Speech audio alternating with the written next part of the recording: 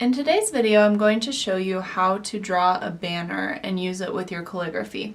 Now, I really like using banners to really showcase a word or phrase. Like here on this holiday card, you can see that this phrase really stands out because it's in a banner, otherwise it might not.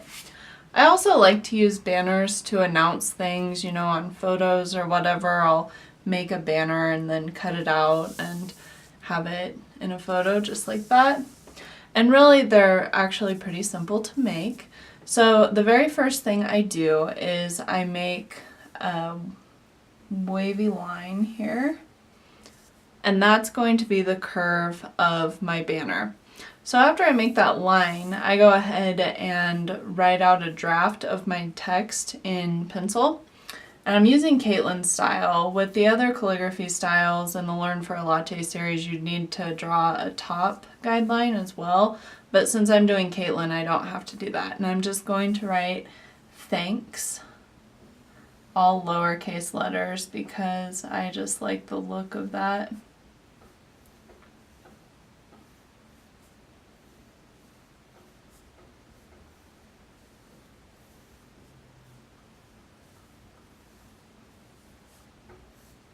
And once you write out your word in pencil calligraphy, you're going to have a good idea of where the spacing for the banner needs to be, right? Because you want to make sure that the calligraphy is centered in between the top and bottom lines. So what you're going to do is figure out, okay, this T right here is the letter that extends furthest to the bottom. So I'm going to use that as a baseline. And then I know that all of my horizontal line down here, which is going to be the bottom of my banner, needs to have this amount of space. So you see I'm going to use this bottom horizontal guideline as my guideline for drawing the bottom of my banner here. And this doesn't have to be exact. If you wanted it to be perfect, you would just print off a computerized banner that you found online. The charm of this is that it is imperfect. Okay, so then at this point, I figure out where I want the sides to be. I think this will look good. You can just draw them as far up as you want because we're going to figure out the top line here in just a second. Okay. So then, just like we figured out this bottom line because of how far the T was extending down, we can see that the H is the letter that extends furthest upward. And it looks like it's going to be good to put the top line of the banner right about there. So that'll give you an even amount of space roughly between the bottom of the word and the bottom of the banner and the top of the word and the top of the banner.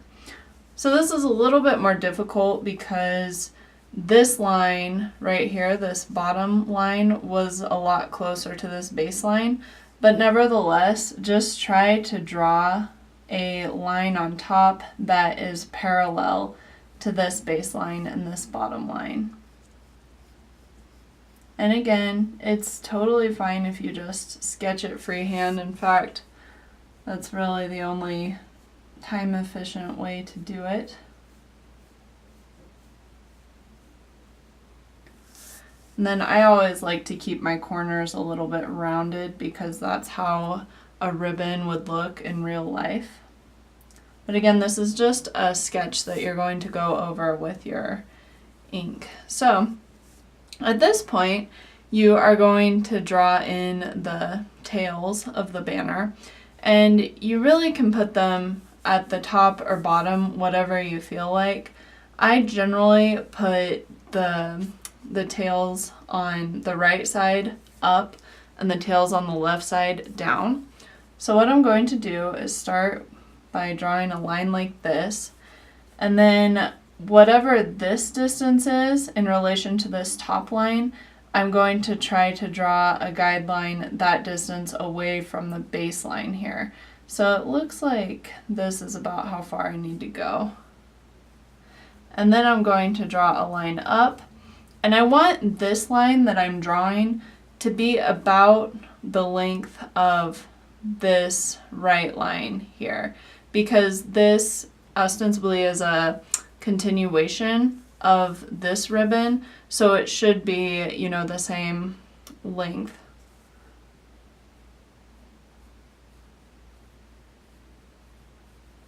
All right. And then I'm going to go ahead and draw another fold. And again, it's the same process. I'm drawing this line right here. And then when I go down here, I want this line to hit such that this space right here is equal to this space right here, if that makes sense.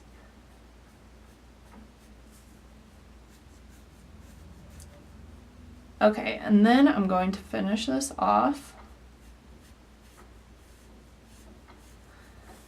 And again, I'm just trying to make sure that this space is equal to this space. And then I like to draw a little dot right there, and I know that both ends of my ribbon are going to meet that dot. Okay, so now we're going to go over to the other side, and it's the same process, okay, but opposite. So I'll just draw this really quickly. And you can see that once you have a hang for this, it really doesn't take that long. I'm usually a very slow drawer, slow writer, and this is pretty quick.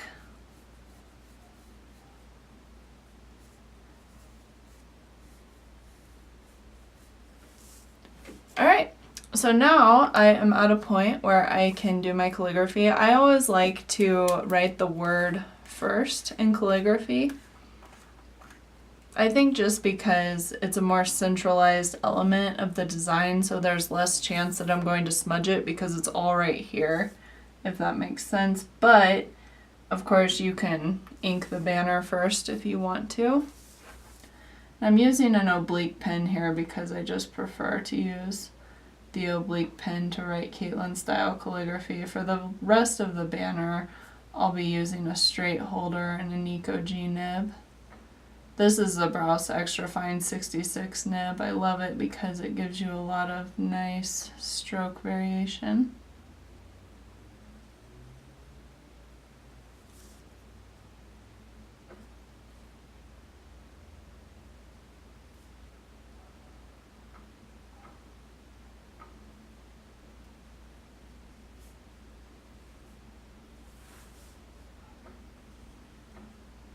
And once this has been written out, you can start inking over the banner. And I'll go ahead and speed up the video so you can watch but not have to sit here for a long time.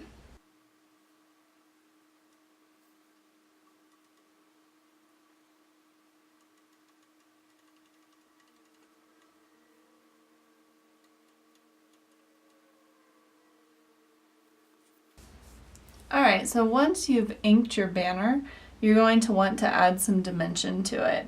So you can do this in a couple of ways. If you have drawn on paper that can handle watercolor, you can actually watercolor all the areas that there should be shadows. And if you're wondering, okay, well, how do I know if there's supposed to be a shadow or not? You always know that there's going to be a shadow if an element is behind another element. So we know that this part of the ribbon or banner is front and center, and then we have this part, so we know that there's going to be a shadow on this, at least partially, because it's partially covered by the thanks part, and then this part is also partially covered, as is this part, and then the same goes for the other side as well. So if you have watercolor, you can just paint in your shadows, but I actually like to just draw some lines with my ink. And I make them more or less even down to this point, and then I start to taper down because there's no part of the banner that is obstructing this little part right here. But I have made banners where I go all the way down evenly without tapering down at the bottom, and they still look really good. So it is just personal preference as well.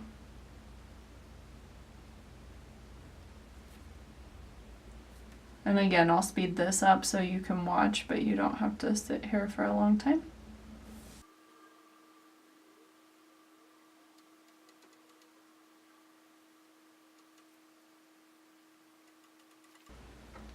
All right, so you might have noticed a couple of things. First of all, on this fold right here, I didn't taper a whole lot, and that's fine. I mean, obviously you can't really notice, it gets lost in the rest of the lines, so if you do that too, don't worry.